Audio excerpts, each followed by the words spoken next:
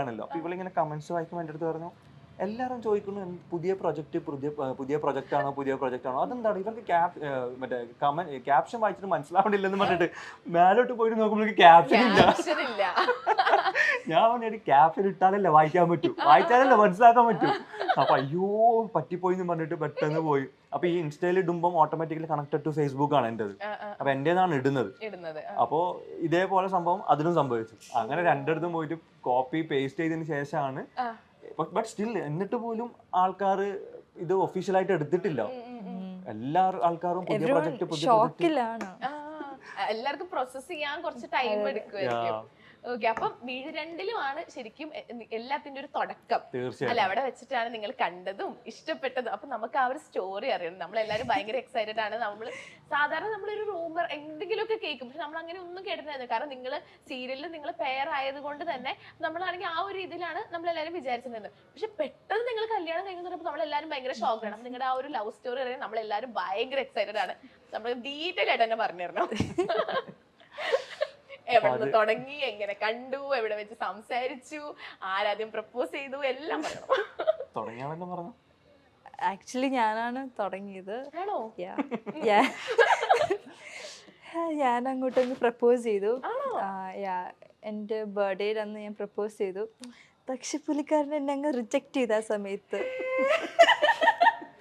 എങ്ങനെ പ്രപ്പോസ് ചെയ്തേ? ആക്ച്വലി ഞാൻ വിചാരിച്ചത് ഭയങ്കര എളുപ്പമായിരിക്കും, പക്ഷെ ഇത് എന്റെ അങ്ങനെയല്ല. നമ്മള് സിനിമയിലൊക്കെ കാണുമ്പോൾ ഫുൾ പ്രിപ്പയർ ഒക്കെ ചെയ്ത് ഓൺ ദി സ്പോട്ട് എല്ലാം പറയാന്ന് വിചാരിച്ചു. പക്ഷെ അവിടെ എത്തിയിട്ട് ഫുൾ ഇവിടെ വരെ എത്തി, പുറത്തേക്ക് വരണില്ല. ഞാൻ പറയാൻ തുടങ്ങും, ഷോർട്ടിന് വിളിക്കും, ഞാൻ പോവും, തിരിച്ചു വരും, വീണ്ടും റീസ്റ്റാർട്ട് ചെയ്യും, വീണ്ടും ഷോർട്ടിന് വിളിക്കും. അങ്ങനെ 2-3 പ്രാവശ്യം ബ്രേക്ക് ആയതിനു ശേഷം ഞാൻ പറഞ്ഞു. അപ്പോഴും ബ്ലഷ് ഒക്കെ അടിച്ചായിരുന്നു, പക്ഷെ അത് റിജക്ട് ചെയ്ത്. ക്ലൂ ഉണ്ടായിരുന്നോ ഈ കുട്ടിക്ക് എന്നെ ഇഷ്ടമാണെന്നുള്ള എന്തെങ്കിലും ക്ലൂവോ എന്തെങ്കിലും ഉണ്ടായിരുന്നോ? ആക്ച്വലി കുറച്ച് സൈൻസ് ഒക്കെ ഉണ്ടായിരുന്നു എന്ന് തോന്നുന്നു. എന്ത് സൈനാ കൊടുത്തേ? അല്ല, ആക്ച്വലി മിഡിയൻ സെറ്റിൽ ആദ്യം കമ്പനി ആയതും ഭയങ്കര ഫ്രണ്ട്ലി ആയതും ഞങ്ങൾ തന്നെയായിരുന്നു. പെട്ടെന്ന് കമ്പനി ആയത്. അപ്പോ അങ്ങനെ ഞങ്ങള് കാര്യങ്ങളൊക്കെ ഷെയർ ചെയ്യുന്ന വെച്ചാല് ഞാൻ എൻ്റെ ഫാമിലി ഒക്കെ ദുബായ് ബേസ്ഡും ദുബായും കാര്യങ്ങളൊക്കെ ഉള്ളതുകൊണ്ട് പുള്ളിക്കായിട്ട് അതിന്റെ കുറെ വിശേഷങ്ങളൊക്കെ ചോദിക്കും. എല്ലാം ഇഷ്ടമാണ്, കുറെ ലൈഫ് സ്റ്റൈലും കാര്യങ്ങളൊക്കെ ഇഷ്ടമാണ്.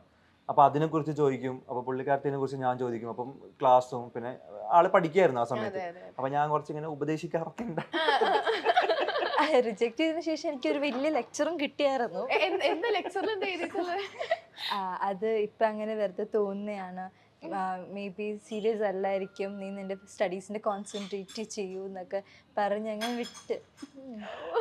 ആക്ച്വലി ഞാൻ അതിന്റെ മുമ്പ് കുറച്ച് മുമ്പ് ഒരു ബ്രേക്കപ്പ് ഇവിടെ എന്തും പറയാം. ഇത് കഴിഞ്ഞിട്ട് ഞങ്ങളൊന്നും കാണാണ്ടല്ലോ പുറത്തുനിന്ന്, അതുകൊണ്ട്. അപ്പോൾ ഒരു ബ്രേക്കപ്പ് ഒക്കെ കഴിഞ്ഞിട്ട് അതിന്റെ ഒരു ഹാങ് ഓവർ ഒക്കെ കഴിഞ്ഞ് നിൽക്കുന്നുണ്ട്. അത് കഴിഞ്ഞപ്പം ഞാൻ സെൽഫായിട്ട് ഒരു ലവ് ലൈഫ് ലവ് ലൈഫ് എനിക്ക് ലക്കല്ല, എനിക്ക് പറ്റില്ല എന്നൊക്കെ വിചാരിച്ചിട്ട് സെൽഫായിട്ട് സിഗ്മ അടിച്ച് നടക്കുകയായിരുന്നു.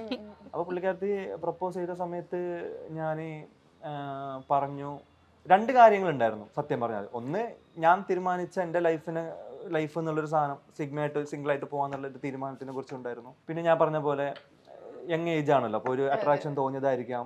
കാരണം അങ്ങനെ ഒരു എന്താ പറയാ, ഒരു ഏജിന്റെ ഒരു ക്രേസ് ആയിരിക്കും. കാരണം ഈ ഏജിലും എനിക്കും ഉണ്ടായിരുന്നു ഇഷ്ടം പോലെ കാര്യങ്ങളൊക്കെ.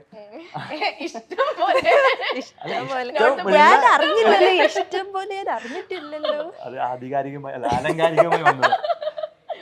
അപ്പൊ അങ്ങനെ ഒരു ഇൻഫാക്ച്വേഷൻ ആയിരിക്കും. ഇത് ബൈ ടൈം അത് പോയിക്കോളും, അതത്ര സീരിയസ് ആയിരിക്കില്ല. പിന്നെ പുള്ളിക്കാരത്തി കുറച്ച് പ്രശ്നങ്ങളും കാര്യങ്ങളൊക്കെ ഉണ്ടായിരുന്നു. ഞാൻ ആദ്യം അറിയില്ലായിരുന്നു സംഭവങ്ങളൊന്നും. അപ്പൊ നമ്മളിങ്ങനെ ഒരു പല സമയത്തും ഞാനിങ്ങനെ സങ്കടപ്പെട്ട് കണ്ടപ്പോൾ ഒരു ദിവസം ഞാൻ ചോദിച്ച് അറിഞ്ഞതാണ്. എന്താ വെച്ചാൽ അധികം ഞാനിങ്ങനെ ചില മൂഡ് ഓഫിൽ കാണുമ്പോൾ കൂടെ എപ്പോഴും വന്നിട്ട് ഞങ്ങളായിരിക്കും അധികം സീൻസ് ഒരുമിച്ച്, അധികം കാണുന്നത് ഒരുമിച്ച്. അപ്പം കൂടെ നിൽക്കുന്ന ആളൊരു മൂഡ് ചേഞ്ച് ആയെങ്കിൽ അറിയാലോ. കാരണം ആക്ച്വലി പുള്ളിക്കാർ ഭയങ്കര പോസിറ്റീവാണ്, ഭയങ്കര രസമാണ് ചിരിച്ച് കളിച്ച് സംസാരിക്കുമ്പോഴൊക്കെ. അപ്പൊ അതില്ലാത്തൊരു ടൈം നമുക്ക് അറിയാലോ. അപ്പൊ അങ്ങനെ ഞാനിങ്ങനെ ചോദിച്ച് അപ്പൊ ആദ്യം പറഞ്ഞില്ല. അപ്പൊ പിന്നെ സംഭവങ്ങൾ ഷെയർ ചെയ്യാൻ തുടങ്ങിയപ്പം അല്ലറ ചില്ലറ പ്രശ്നങ്ങളും കാര്യങ്ങളൊക്കെ ഉണ്ടായിരുന്നു വീട്ടിൽ. അപ്പൊ അത് വന്നതുകൊണ്ട് ഞാൻ അതിനെ സപ്പോർട്ട് ചെയ്ത് സംസാരിച്ചു. അങ്ങനെ പുള്ളിക്കാരത്തേക്ക് ഒരു പീസ്, ഒരു സമാധാനമായി ഷെയർ ചെയ്യുന്നത്. അപ്പൊ ആദ്യം മേ ബി വിശ്വാസം വന്ന് കാണില്ല എന്നെ ആയിരിക്കാലോ. അങ്ങനെ പിന്നെ പിന്നെ ഷെയർ ചെയ്ത സമയത്ത് ഞാൻ അതിനെക്കുറിച്ചിട്ട് സംസാരിക്കുമ്പോഴും സമാധാനിപ്പിക്കുമ്പോഴൊക്കെ പുള്ളിക്കാരത്തേക്ക് അതൊരു ഒരു സമാധാനം. അതാണ് slowly turn into love എന്ന് ഞാൻ വിചാരിക്കുന്നു അല്ലേ. അതെ, കുറെ പ്രശ്നങ്ങളുടെ ഇടയിൽ ഒരു പീസ് കിട്ടുമ്പോൾ നമുക്ക് ഒരു ഹാപ്പിനെസ് ഉണ്ടാവില്ല.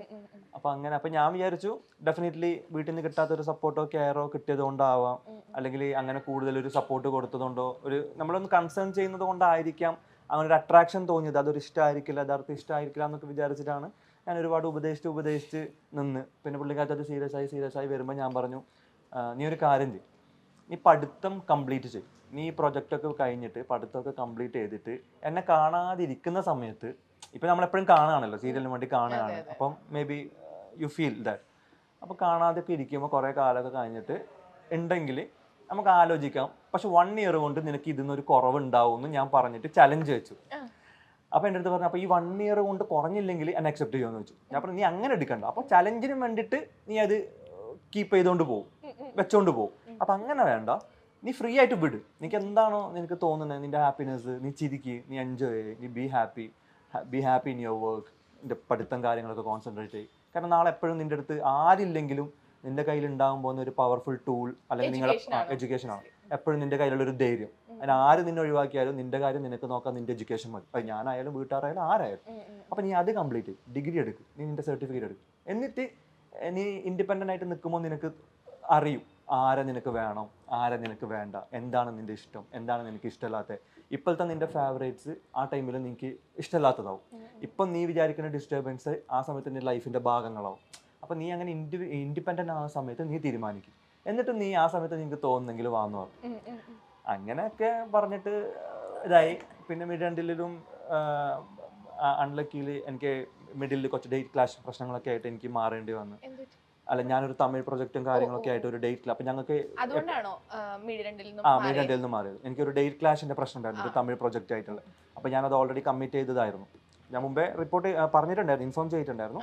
അപ്പൊ അത് ചെറിയൊരു പ്രശ്നങ്ങളൊക്കെ ആയിട്ട്, ഐ മീൻ ഡേറ്റിന്റെ ക്ലാഷ് ഒക്കെ ആയിട്ട് എനിക്ക് അതിൽ നിന്ന് മാറേണ്ടി വന്നു. സൽമാൻ ഒരു ബ്രേക്കപ്പ് കഴിഞ്ഞ് നിൽക്കുന്ന സമയമായിരുന്നു. പിന്നീട് പ്രണയത്തിലൊന്നും വിശ്വാസമില്ലാതെയായി. കരിയറിൽ കൂടുതൽ ശ്രദ്ധിക്കുക, യാത്രകൾ ചെയ്യുക എന്നതൊക്കെയായിരുന്നു സൽമാന്റെ തീരുമാനം. ആ സമയത്താണ് മേഘ പ്രപ്പോസ് ചെയ്യുന്നത്. അത് പ്രായത്തിന്റെ പക്വതക്കുറവായിരിക്കും എന്ന് കരുതി സൽമാൻ റിജക്റ്റ് ചെയ്തു. നീണ്ട ഒരു ഉപദേശവും തന്നു എന്നാണ് മേഘ പറയുന്നത്. മേഘയും ആ സമയത്ത് ചില ഫാമിലി പ്രശ്നങ്ങൾ നേരിടുന്നുണ്ടായിരുന്നു. അതിനൊക്കെ സൽമാൻ കൂടെ നിൽക്കുകയും ആശ്വാസമാവുകയും ചെയ്തിട്ടുണ്ട്. അതുകൊണ്ട് തോന്നുന്നതാകും എന്ന് സൽമാൻ പറഞ്ഞു. ഇപ്പോൾ നീ പഠിക്കേണ്ട പ്രായമാണ്, ആദ്യം പഠനം പൂർത്തിയാക്കുക, ഇത് കാഷ്വലായി വിടൂ. കുറച്ച് വർഷങ്ങൾ കഴിഞ്ഞിട്ടും നിന്റെ ഉള്ളിൽ ഈ ഫീലിങ്സ് ഇതേപോലെ ഉണ്ടോ എന്ന് നോക്കൂ. ഉണ്ടാവില്ല, അപ്പോൾ പുതിയ ചുറ്റുപാടുകൾ നിന്നെ മാറ്റും എന്നൊക്കെ പറഞ്ഞാണ് സൽമാൻ ഒഴിവാക്കാൻ ശ്രമിച്ചത്. തങ്ങൾ 2 മതത്തിൽപ്പെട്ടവരാണ്, പ്രായവ്യത്യാസമുണ്ട്, എന്നാൽ ഇന്നത് വലിയ കാര്യമല്ല എന്നാണ് മേഘയും സൽമാനും പറയുന്നത്. പരസ്പര സ്നേഹവും അണ്ടർസ്റ്റാൻഡിങ്ങും വിശ്വാസവും ഉണ്ടെങ്കിൽ 2 പേരുടെ ജീവിതം അവരുടെ സ്വാതന്ത്ര്യമാണെന്ന് മേഘയും സൽമാനും പറയുന്നു. അതേസമയം മേഘയ്ക്ക് സൽമാനോട് ഒരു താല്പര്യമുണ്ട്, ഒരു ഇഷ്ടമുണ്ടെന്ന് മേഘയുടെ വീട്ടിൽ അറിയാമായിരുന്നു. ഈ 2 വീട്ടുകാർക്കും ഇങ്ങനെ ഒരു വിവാഹത്തോട് താല്പര്യമില്ലായിരുന്നു. എന്നാൽ കൂടി മേഘയുടെ അച്ഛൻ വിവാഹ സമയത്ത് രജിസ്റ്റർ ഓഫീസിൽ എത്തി അനുഗ്രഹിച്ചു എന്നും ഇവർ പറയുന്നുണ്ട്.